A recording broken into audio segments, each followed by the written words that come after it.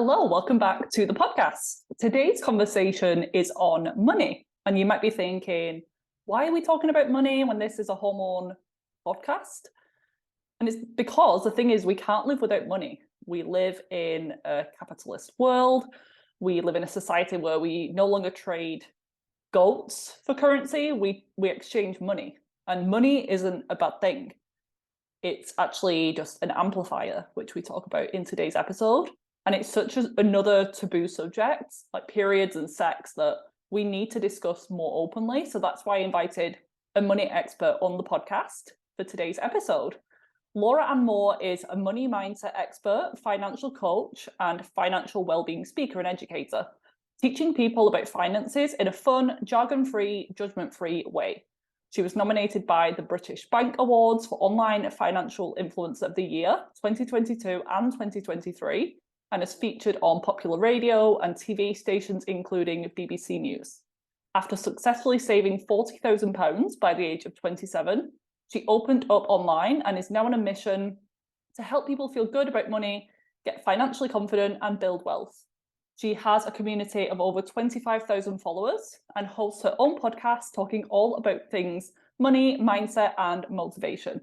So in the episode, we discuss a ton of things, but how to budget and how to use credit cards wisely, how to get out of debt, importance of a money mindset and why it's so much more than what some people talk about online with the law of attraction and manifestation and just saying some affirmations in the mirror and expecting the huge check to come through the post. I mean, it can happen, but if we want to be consistently wealthy and using our money wisely and having our money work for us, then we need to know some of these tools that Laura shares.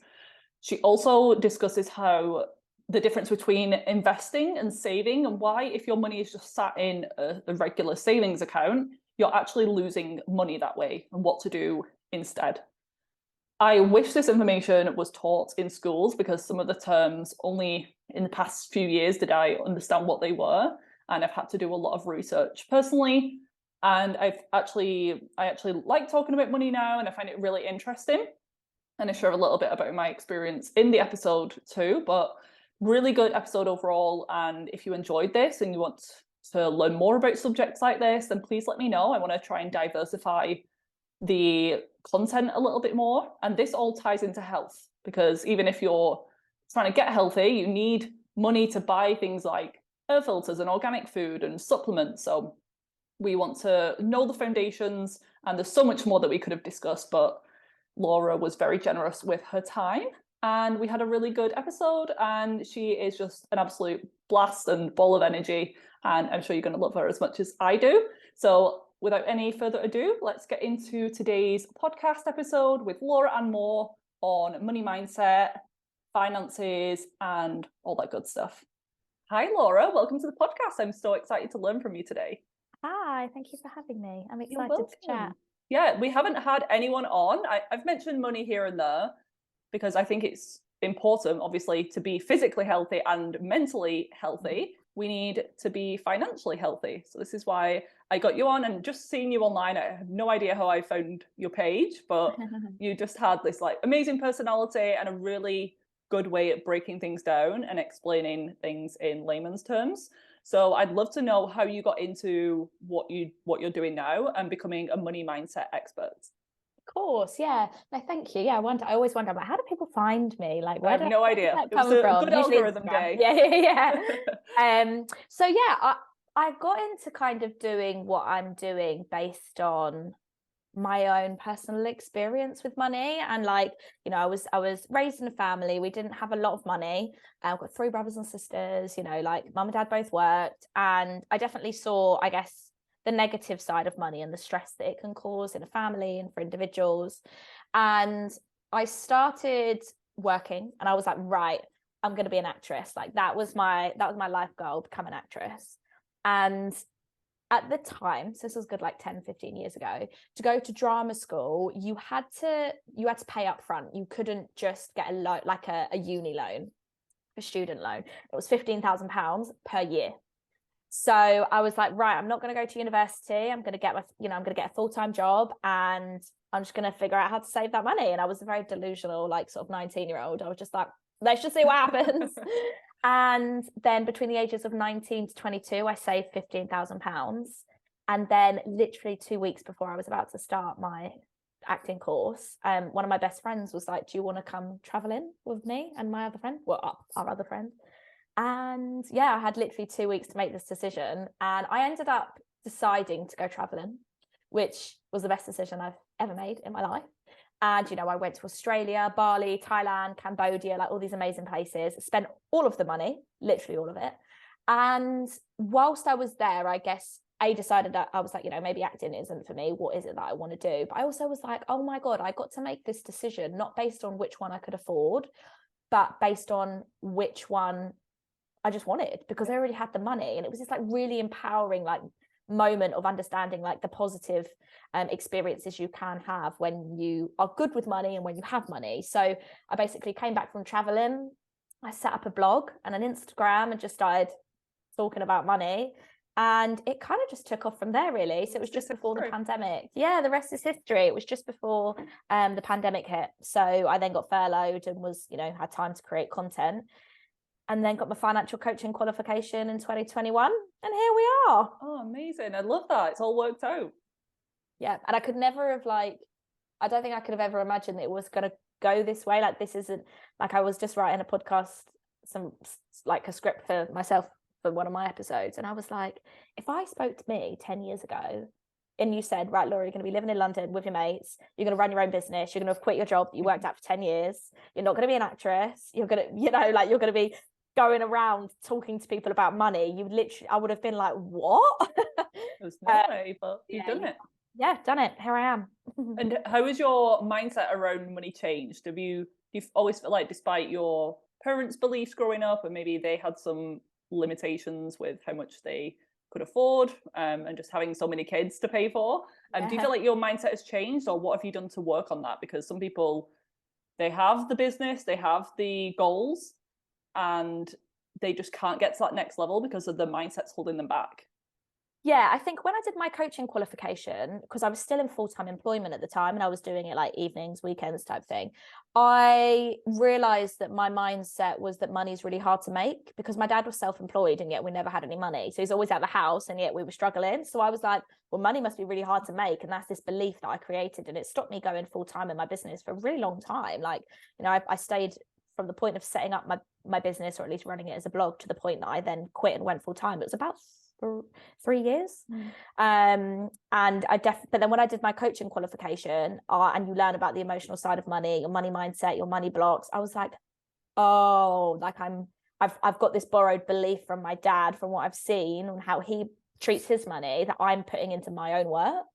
So yeah, I think my mindset has shifted in regards to like how much opportunity there is out there, and like, you don't have to be a certain type of person to run your own business and be self-employed, and, you know, like, and I still feel like I go through it, you know, it's like new level, new devil, so it shows up in different ways, but I'm so much more aware of that. And like, I don't have anybody in my family in that respect that is a role model financially. Like, you know, I don't have anybody in my family that runs their own business or does anything like that. So I do feel like I had to just kind of go with the feeling and work through those blocks. And yeah, I would say that's definitely probably been the thing that I've changed most with my own sort of beliefs and blocks around money, for sure.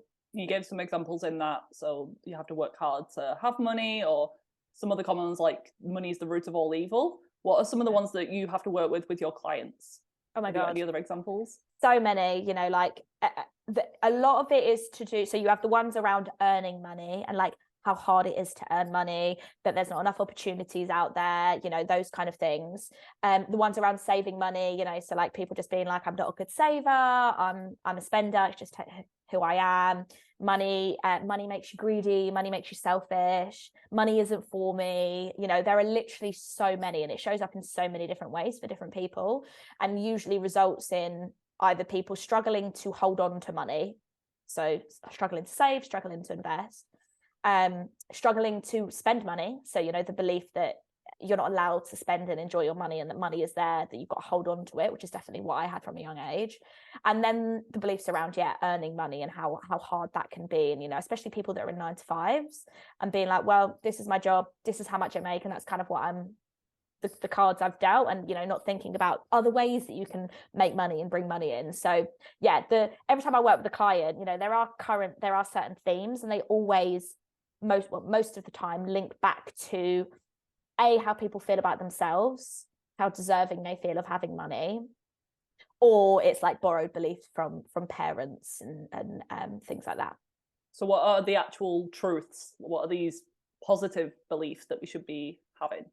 Well, from my point of view, I believe that money is just a tool. Money is a tool to help you live the life that you want, whatever that looks like. Money doesn't have to be used in a certain way. There's no right or wrong way to spend it. It's personal to you. But I always say, like, money is the vehicle that takes you to the destination. It is not the destination. And, you know, it's just an energy. And humans attach emotion to money. But money itself is neither good nor bad. It's just, you know, this thing that we use as an exchange of value. But yet we attach emotion to it from our own experiences, from our own stories, from our past, from things that we, you know, experience in life. And the truth is that money doesn't have to be that. Money can be a really positive thing. It can be something that you use to, you know, reach your goals, give you security.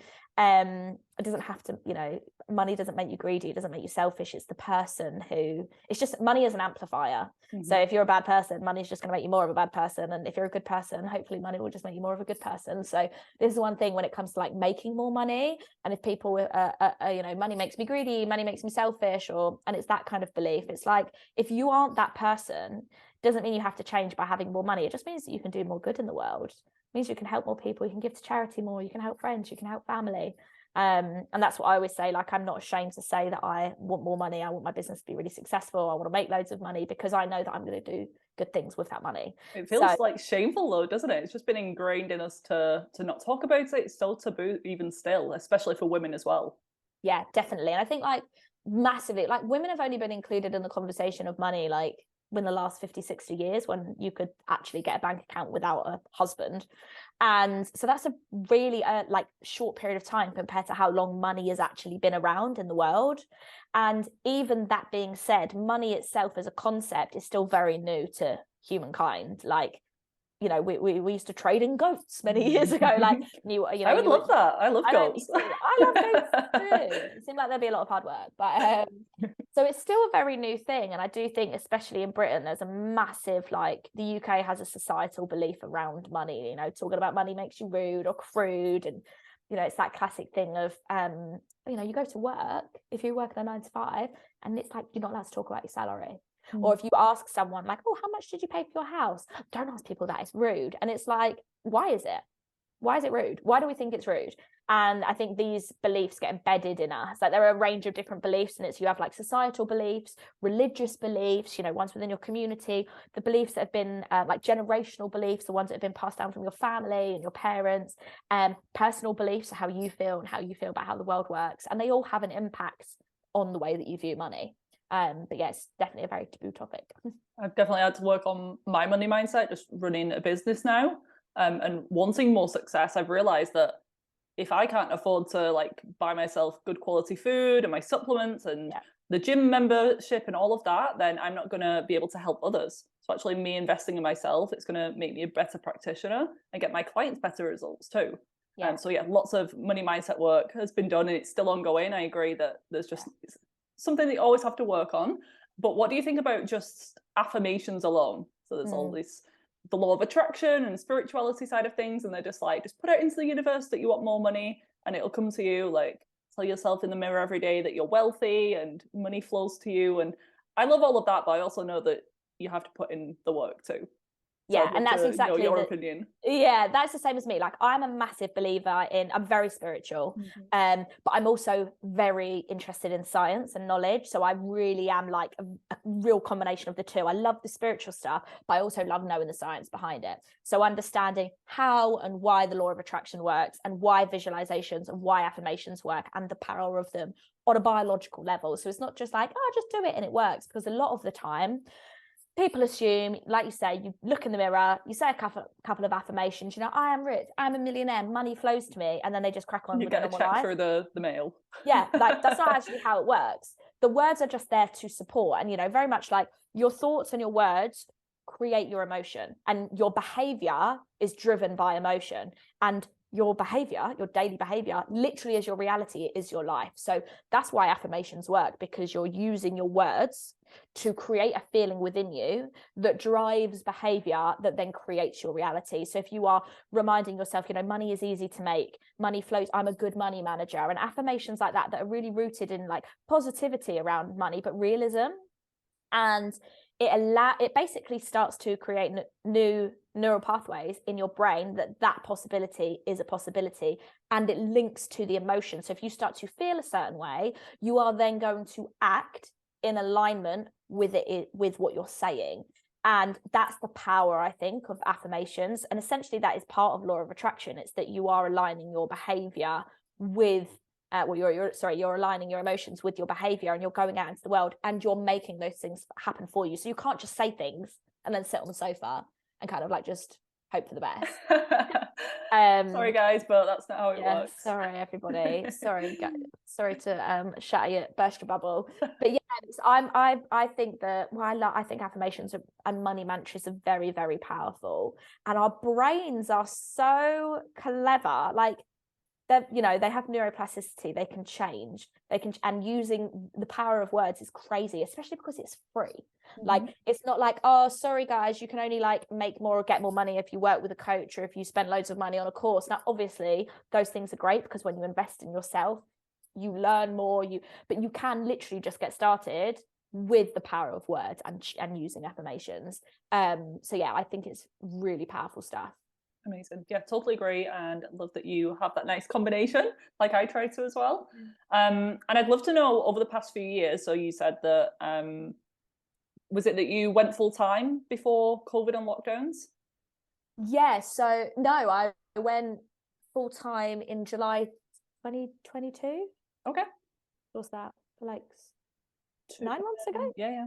9 months ago. Okay. Yeah, so I set my business up just before, and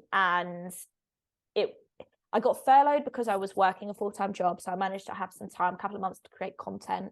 And then I started, you know, getting brand deals. I started working with people one-to-one, but I was doing it on the side. And then I said to my boss, like, I think I'm gonna have to quit my job soon because this is starting to pick up. And he was like, look, why don't you go part-time?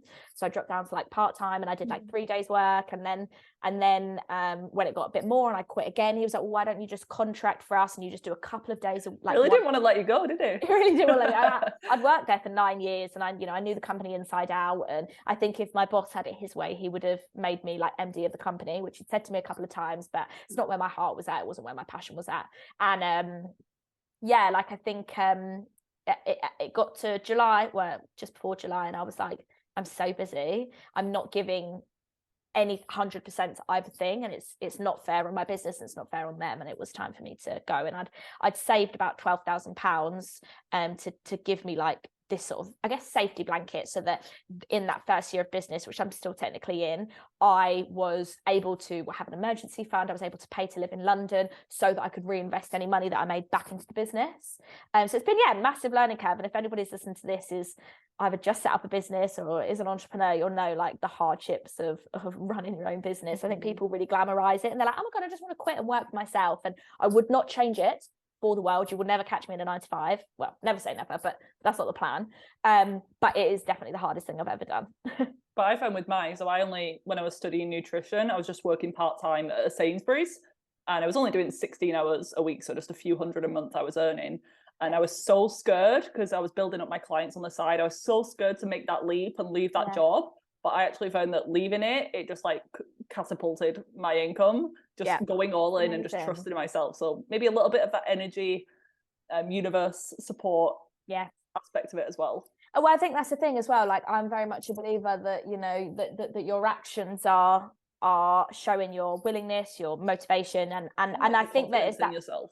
Yeah, and I think there's a balance, isn't there, between like not being I don't want to say stupid, but, you know, like really not thinking it through and making a really rash decision. Like, I'm just quitting my job and hoping for the best. If you've got, you know, no evidence that you've made money before, no, like there's got to be a bit of a transition period. But some people are better off like jump in and just, you know, sink or swim in. Some people are better off setting themselves up. And like I say, I was the same. I was so scared to quit my job because I was like, oh God, I don't know what I'm doing. And it's been amazing. It's been a crazy journey, but it's been very rewarding. It's great. So with lockdowns and COVID and the recession and all of the talks of the financial crash, what do we need to know from like the past few years and what's to come over the next few? Financially for the world. Do you know what? I think the thing that I think people have realized the most is that if you're in your sort of 20s, 30s, I don't think you really fully felt the last sort of recession that we had, right? Like I think our probably parents did. Whereas like, well, I guess for me, I'm 29, but like I was too young to fully understand, and it wasn't making money. I just knew that we were in a recession. Whereas like now, you know, with inflation at really high and like things costing more money, it's the first time where I'm like, wow, like things are more expensive. You know, I'll go to Sainsbury's to do a shop and I'll be like, oh, things are more expensive, right? And I think that lessons that have been learned over the last few years is like understanding, like, especially whether you're in a 9 to 5 or whether you're self-employed, like no one's job is safe. You know, I had friends that were literally like, couldn't have ever imagined that their job would be in jeopardy. And then COVID happened and they were like, oh my God, I might get made redundant. And I think people realize the sort of, I guess, flippant nature of it and the importance of having an emergency fund, managing your money properly and not just living month to month, because if you live month to month, you have absolutely no financial security. And we do live in a world where we need money. And that's just a fact. And unless you are going to go and live off of the land, you know, completely off grid, which, you know, some people choose to, but if you want to partake in society, you do need money to pay for things. And understanding that and going, that's okay, that's part of being an adult. So what do I need to do to set myself up for success? And I think consumerism and social media make impulse spending and make you feel like you just constantly need to spend money on yourself, bettering yourself, new things that everybody else has. So I think really learning and taking that from, I guess, the last few years of the power of having money saved aside for emergency situations, and just like I say, the reduction of stress that can bring, and I think that's definitely something that we've probably learned from the last few years for sure. And I think moving forwards, I'm very much a advocate, and you know, I'm very passionate about helping people invest and learning how to actually grow their money as opposed to just having it sat there. And I have absolutely no clue what the future holds. Like, I don't know financially. 1 minute we're in a recession, the next we're not. 1 minute inflation is going up, then it's going down. And I don't really read the news that much as somebody who is even in the finance space. Like, same. I think there's a lot of I just think there's so much fear mongering, and it's like, oh my God, this has gone up, oh my God. And I'm like, or how about we just focus on what we can do in the now, how we can protect ourselves and have a nice time. And I know there's probably a level of naivety in there, but I think that the news always comes across as bad. And what I definitely noticed over the last probably year or so is there's been, you know, all this up and down, and it's in the news so much. You have people coming to me who are worried about money, who probably wouldn't have been as worried before, but then when I sit down and maybe go through their finances with them or whatever, they actually don't have anything to worry about. Their job is, you know, they've got a bit of an emergency fund, they're saving, or, you know, they're not much has changed. The only thing that's changed has been their financial anxiety, their mindset towards it because of what they're being fed. Yeah, exactly. So I think it's just really good to be aware what environment you're in, what are you reading, who are you around, who's on your social media feed, because it's very much like what you feed yourself is how you're going to then view certain situations. And it's important to, I guess, be very conscious and aware of those things. I actually read that the most millionaires are actually made during recessions, which I found very interesting. Because people are like scared of investing during that time. So people who don't read the news, maybe listen to the news, they take a jump during that time, and they get all of the good deals and everything, and they ended up like coming off better. Yeah, and I think if you understand investing in the stock market, so I run this little course called the Feel Good Investor, which is talking about the practical and the emotional side of investing and teaching you how to invest in the stock market. Because when I learned, I was like, why isn't everybody doing this? And especially as females, you get left out of the conversation. So I was like, no, I need to teach people how to do this. And you learn that financially, during a recession or a downward time in the economy, if you have available funds to invest, so you still get your job, you're still spending roughly the same amount. If you don't understand the stock market, and people usually go, oh, I'm not going to invest, it's a bad time to invest. But really, what you're viewing it as is actually everything's on sale. All the stocks, they're on sale because they're valued at lower at the moment because of the economy. But if you've got the money and you're a long-term investor, which I am, then you would actually, which is obviously what these people have done, is you actually invest your money and you're essentially gain for the long term. But yeah, you've got to kind of understand and know more about it to kind of fully understand that. But there are definitely people who have capitalized on this time and are going to continue to do so and are definitely going to come out better off in years to come. So what is the difference between just saving, like it's good that someone's saving to begin with, but saving in your Halifax savings account versus saving in terms of investments? And should we be doing both? So when you save, you are basically putting aside money, holding on to it, to use it at some point to spend, right? It's just a holding place. When you invest money, you are buying something. You are saving, but it's buying something. That could be property, it could be stocks, it could be gold, whatever it is, in the hope that in the long run, you are making a profit. Now, the reason why this is important is because every year we have inflation. So the cost of services and goods go up every year. So we say to people, like, when you were 10, do you remember how much a Freddo was? It was like 20p. Now a Freddo is like £1. No. Or the same item. It's crazy. That's inflation. That's how we measure it. Yeah, it's always in Freddos. Always. I don't even eat Freddos. I don't like chocolate, but still, it's a good measurement. And so what that means is if you are holding your money in cash, and I don't mean cash under the mattress, I mean cash in a savings account, so it's liquid cash as opposed to it being tied up in investments, that money is losing its buying power every single year. Because let's just say, for argument's sake, you've got £1,000 set in a savings account today, and that £1,000 could buy you, a trolley of 100 items, 1,000 roughly. You get to the next year and you've got that £1,000 sat there. Let's say inflation was at 4%, but savings was only at 2%. Even though you've made a bit of interest, inflation was higher than the savings rate. So that £1,000 the year before would have got you 100 items, but would only get you 99 items. So it's not that you lose physical money, but it's that money depreciates and it loses its buying power. So the more that you're holding on to that money, the more you're losing its buying power. Now, saving is important, but the point of investing is that you are beating inflation, because you want to try and invest into something that makes a higher return than inflation. So you're trying to beat inflation, and you want to be doing both at the same time, because with saving, it's for things that you probably need within the next couple of years. That might be a house deposit, you're buying a new car, you're going on holiday, and things that you're not necessarily going to pay out of one paycheck, but it happens within the next few years. Investing is for the long term, and I'm talking 15, 20, 30 years. It's for retirement, it's for your third property, it's for when you want to retire, whatever that age is. And it's very long term. And I always say it's not a get rich quick scheme. So if anybody contacts you on Instagram, if you read anything that's like, this is how you make money quickly in investing, ignore them, because I was going to say, actually, my boyfriend followed you today because I said that you're coming on the podcast, and he searched an account and it was a fake account for you. Yeah.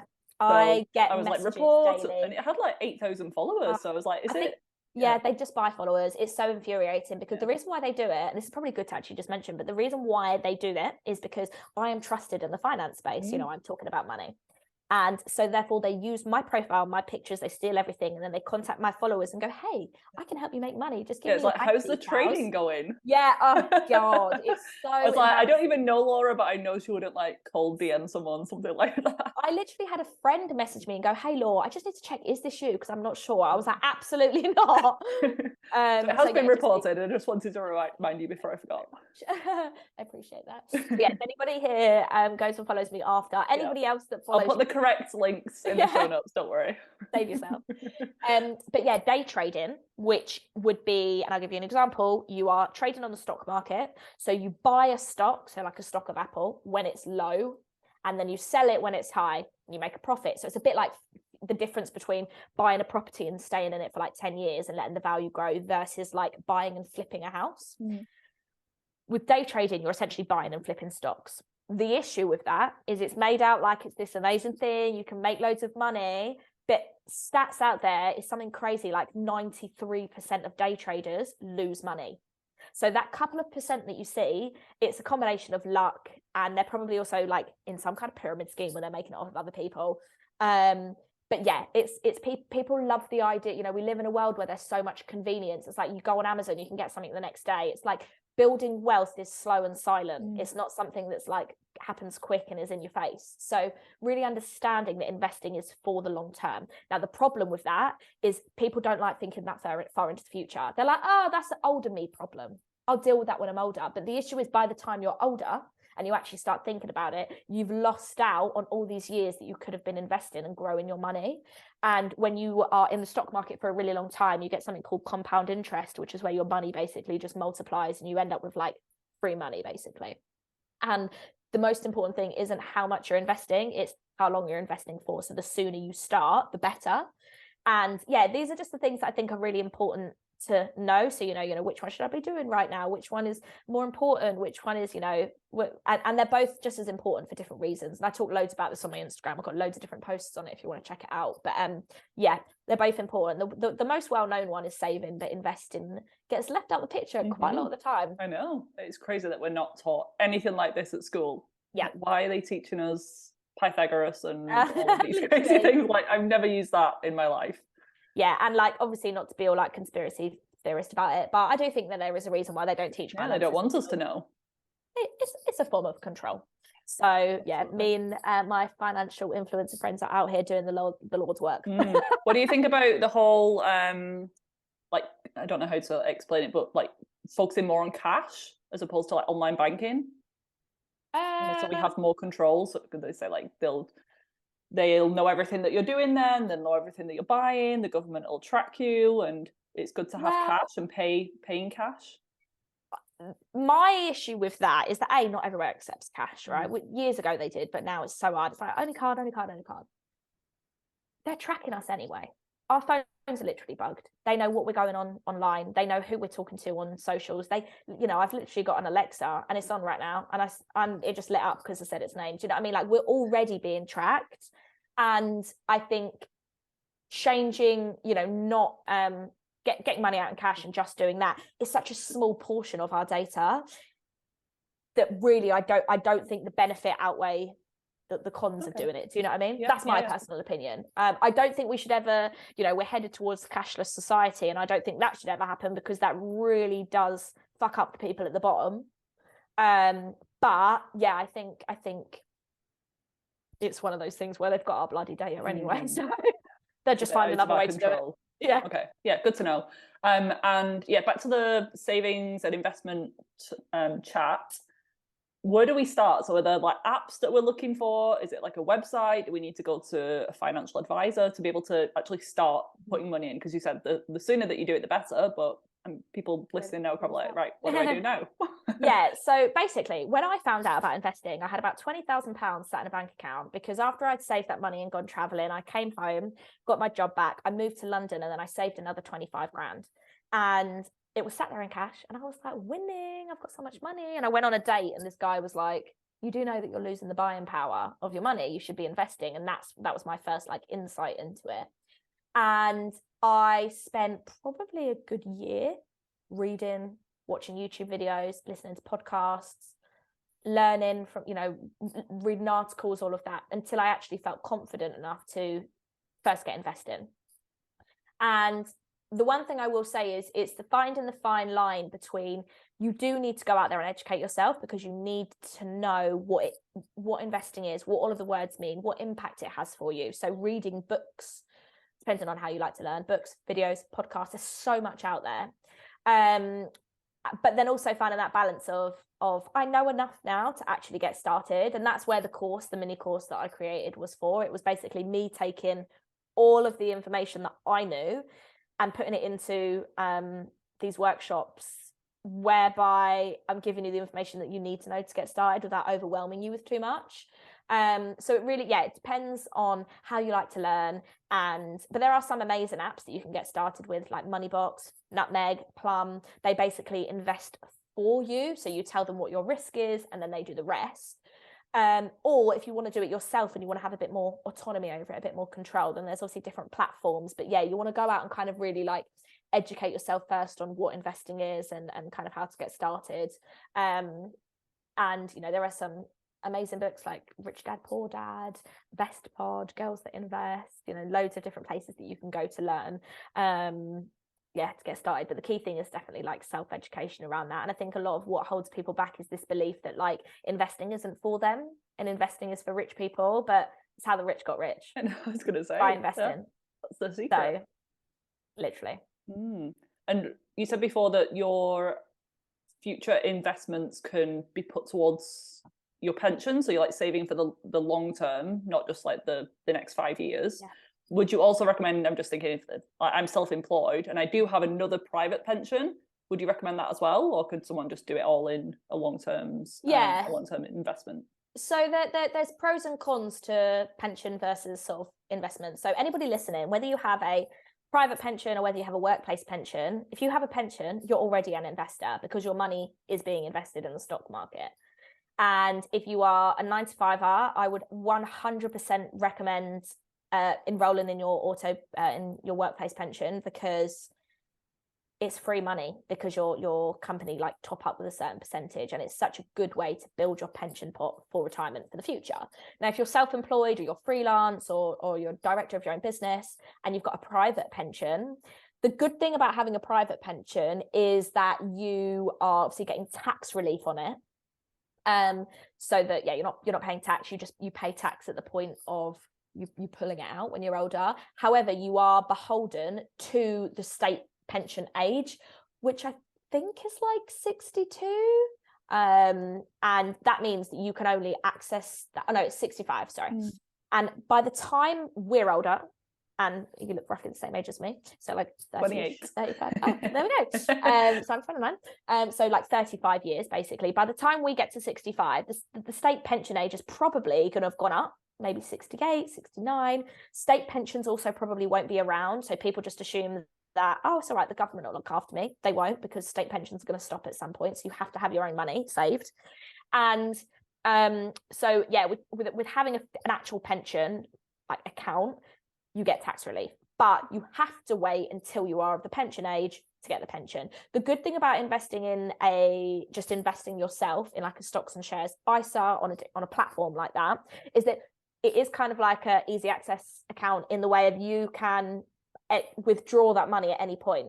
So there's this movement called the FIRE movement, which is financially independent, retire early. So it's a group of people that basically work insanely hard within a short period of time. They've got multiple jobs and they're literally saving and investing like 70% of their paycheck, and they're investing it in the stock market with the plan to retire way before the retirement age, so that you've got people who are retiring in their like 30s and 40s. And I don't really like using the word retiring because I think it's a bit archaic, but basically not being you're not a slave to work. Because right now I run my business and I love my business, I love what I do, but I still have to do it. I still have to make money, because if I don't, I can't afford to live in London. I can't afford to pay my bills. At the moment, you are financially independent when you are no longer essentially relying on a job. You've got enough money invested that your money is just growing passively in an investment account, and you no longer need to work. So you've got these people that are doing this, they're building their money up, and they're retiring in their like 30s and 40s. So really it's about asking yourself, what is it I want for my life? When do I want to be able to retire? Do I want to be able to retire early? What time do I want to become financially independent? And asking yourselves those questions about the future is going to be really important, and it is going to help you. But pensions and stocks and shares ISAs have both their own place for your sort of in your financial situation. And my dad's pretty good with finances, so I've been lucky with that. And I was doing a lot of work on money mindset, but I don't think it actually came from my parents, which is like less common. Usually it's what's happening in the household. So I don't actually remember my parents fighting about money, or we obviously like weren't really poor, but we didn't have a ton of money, but they were pretty good at saving, and they're landlords, so they've got like multiple different properties. And I was just asking them, and I had a financial advisor as well, in terms of investing in property, whether that's still these days worth it. Yeah, because I saw my parents as well, so they would buy like pretty rundown places and then flip them and then love that. sell them eventually. But I just saw it absolutely knacker them up in terms of like doing all of the work themselves. So it's good that he probably saved a ton of money doing that.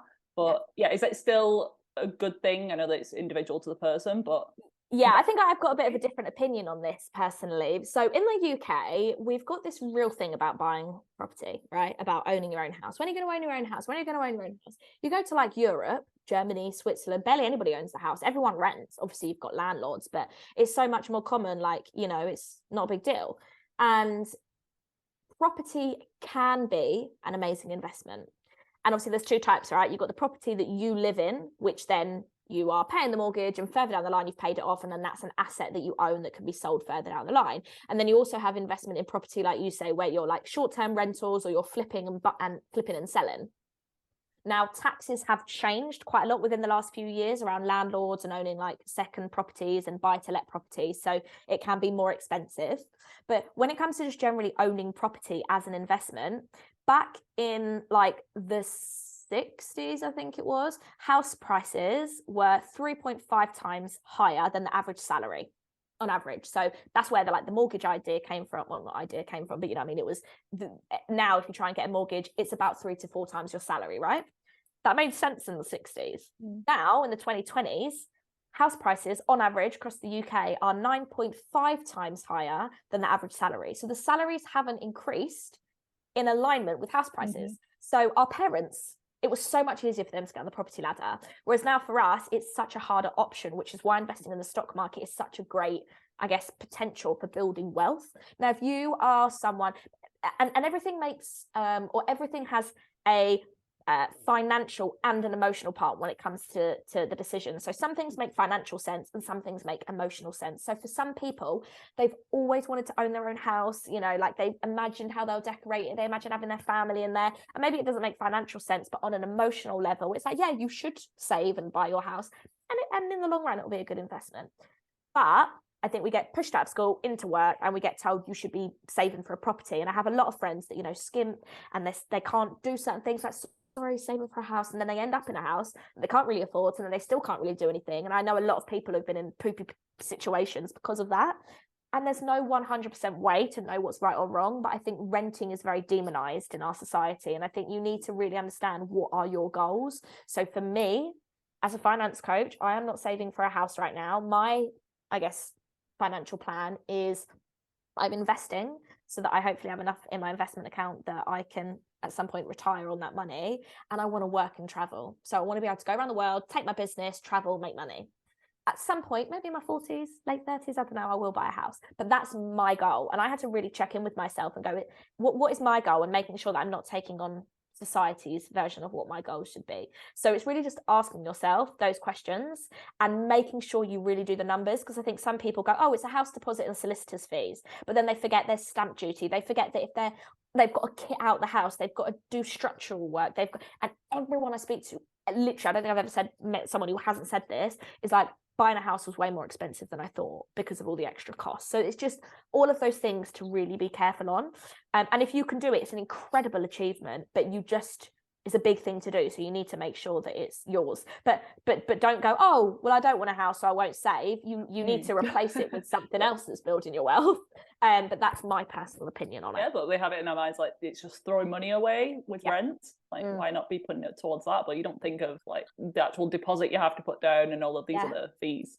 Yeah, and it's like, our washing machine broke the other day. I didn't have to do anything. I don't have to do anything in this house. And I've got the flexibility that when I'm done and I don't want to live anymore, I can move, I can go somewhere else. And like, you are paying for that convenience, I guess. And it's not for everyone. But yeah, I think it's definitely something it's food for thought. Yeah, it's nice having a different perspective as well on it. What's your thoughts on crypto and Bitcoin?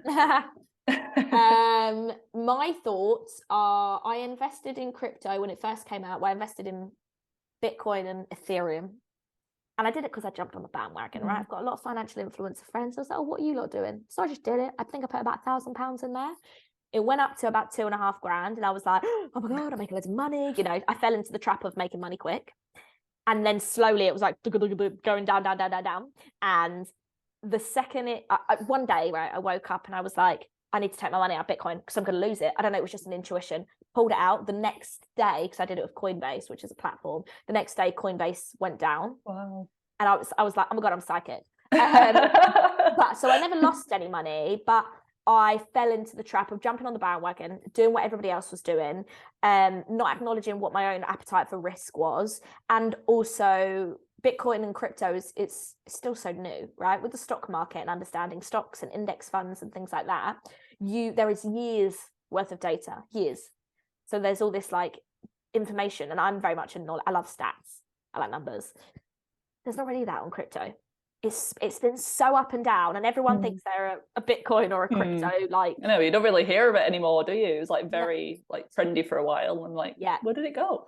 Yeah, and it's like, yeah, for me, I don't care enough about it to spend time learning to figure out how to make it work in my advantage when I already know that investing in the stock market, in low-cost index funds, tried and tested, build wealth slowly, happy days.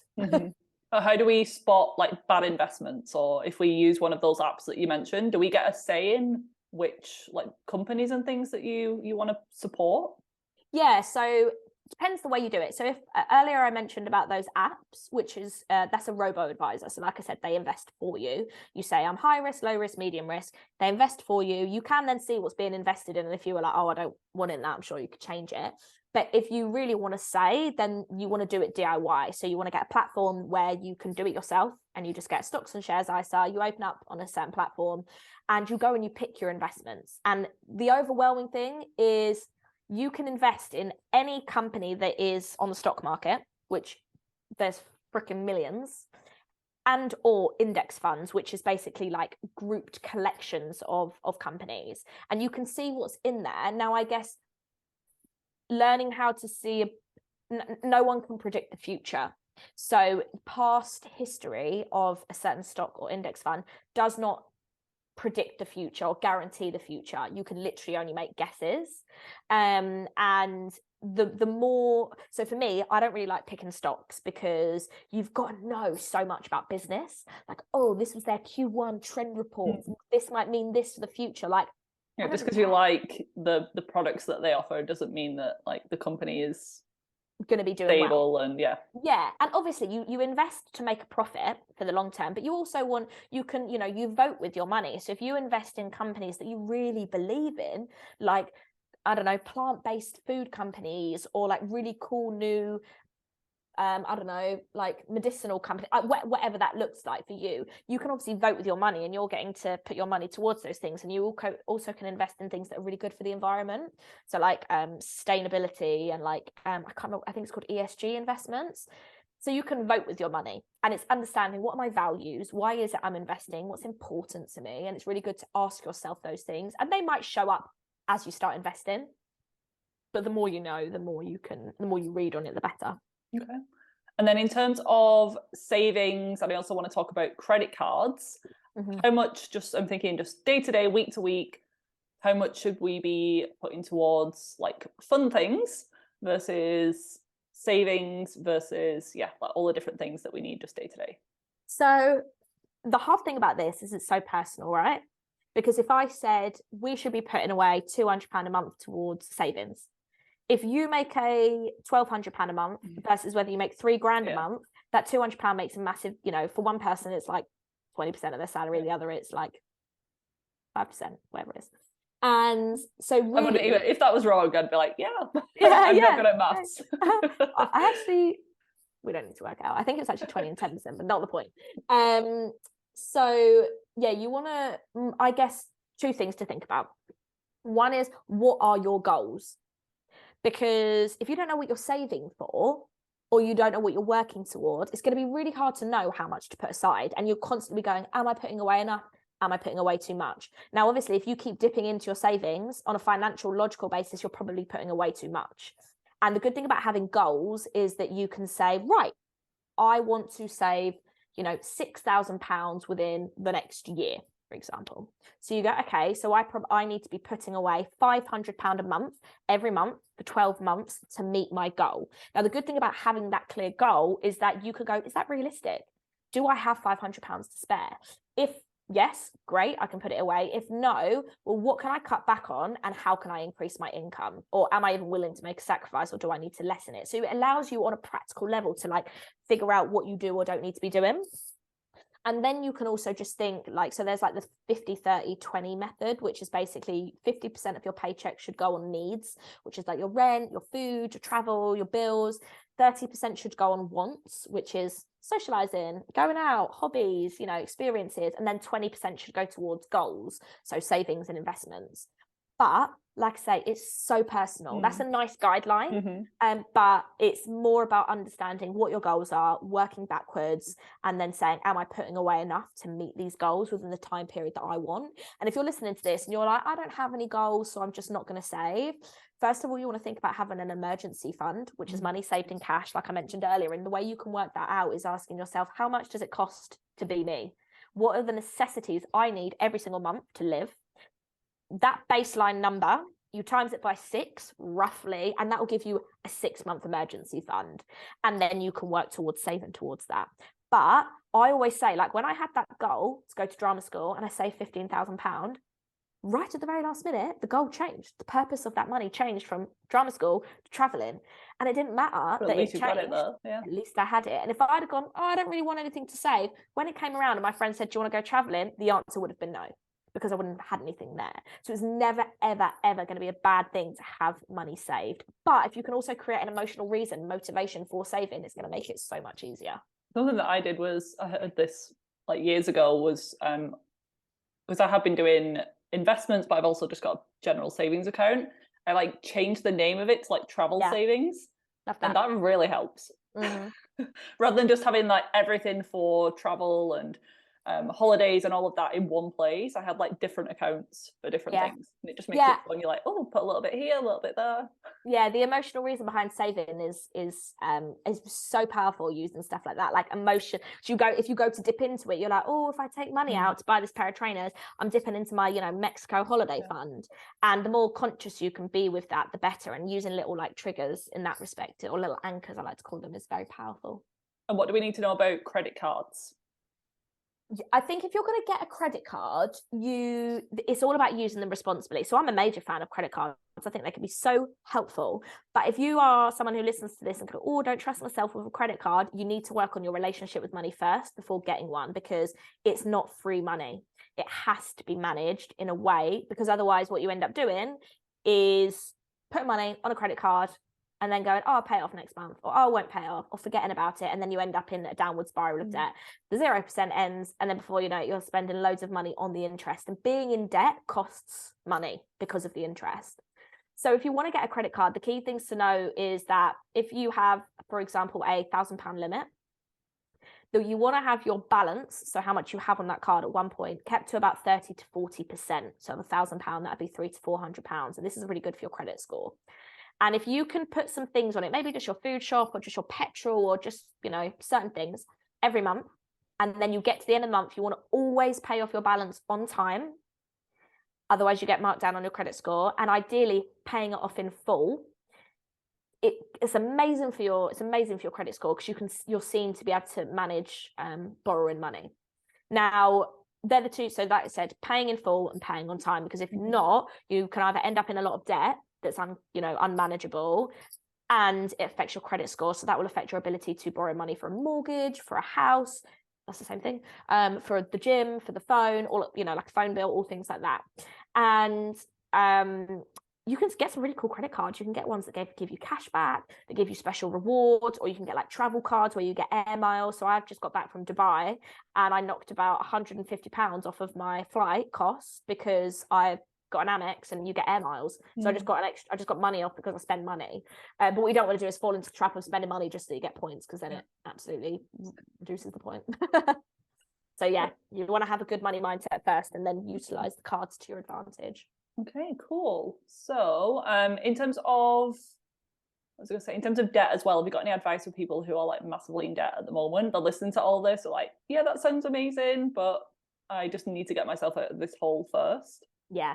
So I think when it comes to debt, the worst thing you can do is bury your head in the sand. You want to just face up to it. And if you need a friend for support or a partner, or, you know, there are some amazing debt charities like Step Change or Citizens Advice or the National Debt Helpline, but you want to sit down and understand exactly what is going on with your debt. Who do you owe? How much do you owe? What is the balance? And when do you owe it by? So is it loans? Is it credit cards? Is it buy now, pay later products? Is it store cards? And just write it all down.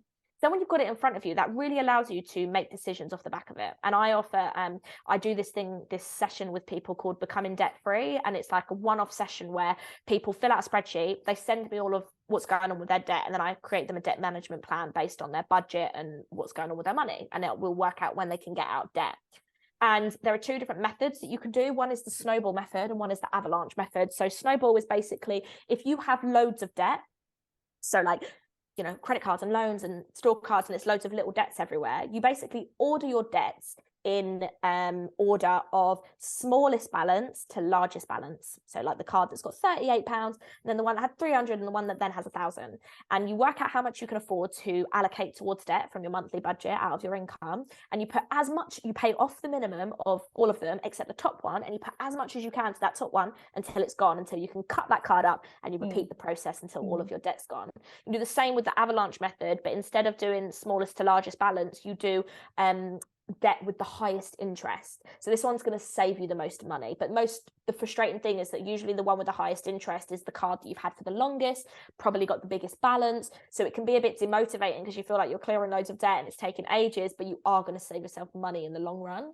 And then what you want to do is create a plan for yourself, give yourself the motivation of when you roughly think you're going to be out of debt.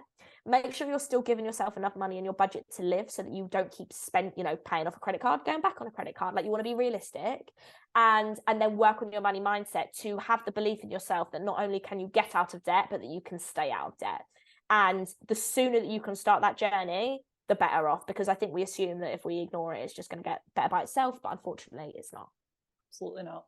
And you mentioned credit score, so what are some other things that affect credit score and how do we improve it?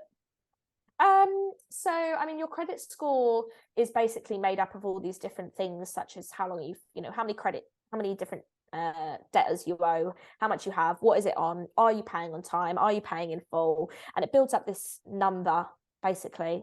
And there's 3 different main companies that do it. It's Experian, Credit Score, and Equifax, or Clear Score, sorry. And they've all got a different, ones out of 999, ones out of 700, ones out of 600, so they're all slightly different. But it's really just about lenders being able to trust you. And if you have a crappy credit score, you can build it up by making sure that you are clearing your debt, you're not getting into more debt, and you're just proving that you can manage the debt that you do have. And it takes time, but it is important. It's not the be all and end all, I don't think, but I also don't think you can ignore their importance, because if you want to take out debt, obviously at some point, then like a mortgage or whatever, then it is important to be on top of that. Amazing. I'm just looking through the rest of my questions. Is there anything else you feel like we've missed that you want to not at all. add?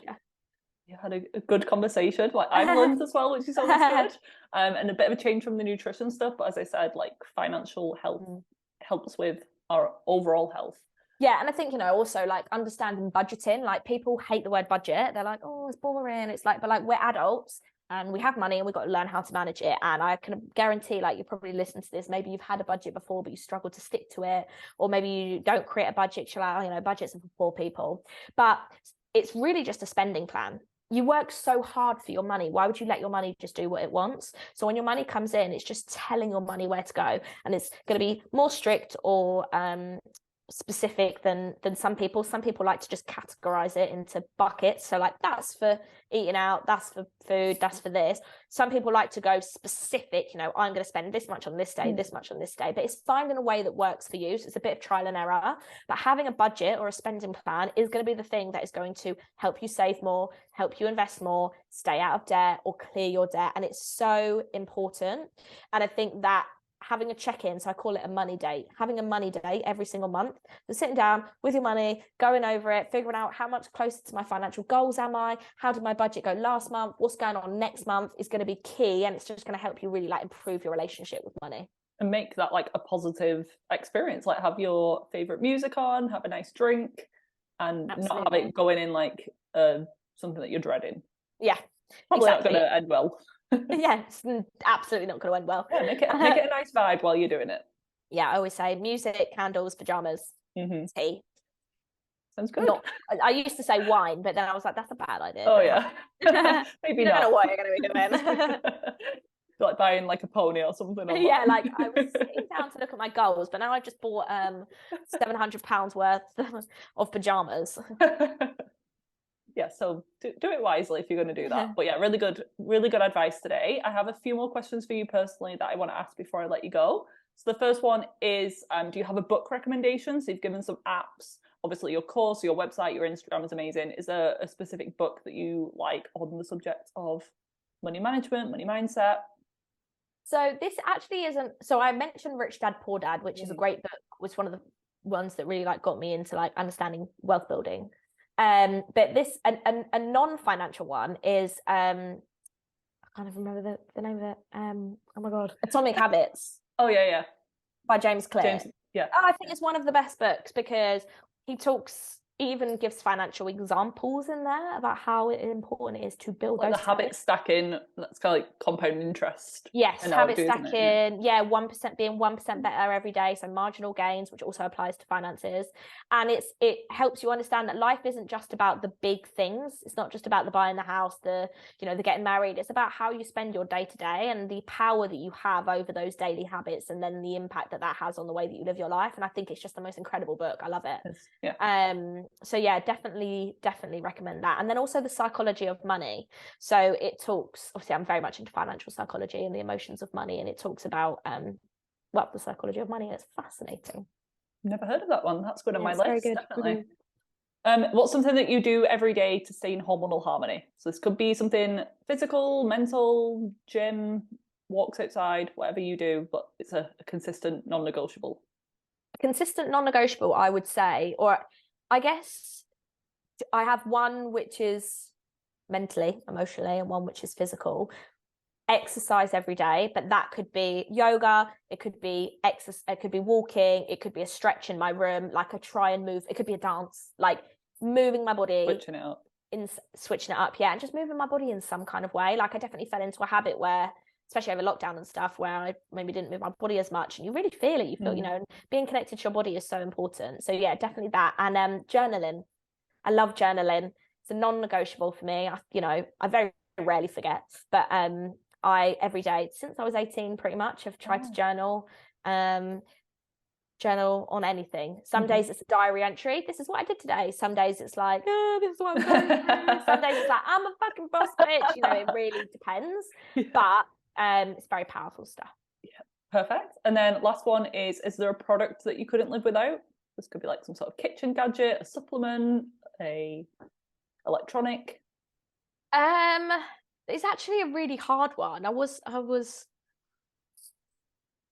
trying to think what I actually use all the time. Could be your iPhone. I know that's like, I know that's literally so bad. Couldn't live without it. But I mean, probably would actually have to agree with that. I actually don't think I could live without my iPhone. Is that so bad? Oh my god, that is really bad. I'm right there with you, so yeah. But do you know what I learned? I use it. I'm very good. Like I use it to learn. I bet you do some of your work and Instagram and stuff from it. So we have an excuse. I take pictures, I take so many videos on it. I do, so many different things that actually have a major impact. I guess on an app perspective as well, it would be probably like my finance app. So like Monzo, I love Monzo because it helps me like track my finances and stuff. But it's all on my iPhone, so yeah, let's just go with phone. So Monzo is more for like daily budgeting, but it's not an investment app. No. Okay. It's cool. For like spending. Yeah. Great. And then very last question, a sneaky one, added in. Where can people find you online? So tell us more about your course and the services that you offer at the moment. Yeah. So I mean, I'm on Instagram, TikTok, and LinkedIn mainly, and it's Instagram is at Laura_Ann_Moore, and then the other two is just my name, Laura Ann Moore. I have a podcast called Mind, Money, Soul, which talks about the emotional, the practical, and spiritual sides of money. And yeah, so the way, you can work with me one-to-one if you're looking for kind of that level up with your finances. I've also got my Feel Good Investor course, which I'll be relaunching soon, which is going to teach you how to invest. And I've also, hopefully, depending on when this podcast comes out, going to be running an event at some point over summer. So nice. Yeah, I'll be in touch. I'll let you know when I'm estimating for release date, and then we can see if it is live or if there's a wait list or anything. We can put that in the show notes. But this has been so good. Thank you for sharing all of your knowledge, and you share so much more online. So definitely go and follow Laura for more education. And there's a lot of women who listen to this podcast as well. It's mainly women. So I just think having a female voice to empower us in our finances is awesome. So thank you for your time. Thank you for having me. I really hope you enjoyed this episode. If you did, I would love for you to leave me a rating and review on your podcast app, as this helps to support the show and it allows it to reach more people with this valuable information. Come and say hi over on Instagram. I'm at Viva Natural Health. And if you haven't already, check out my website, vivanaturalhealth.co.uk, for tons more free resources and to discover how I could support you further. I currently offer one-on-one consultation packages if you want my top level support, then more affordable group programs and self-paced online courses. So there really is something for everyone. If you're ready to change and get some answers but aren't sure which option would be best, take that first step today and apply for a free enrollment call on my website, and we'll discuss the best steps for you to take in order to achieve hormonal harmony. Enjoy the rest of your day, and I'll see you back here next week for another episode.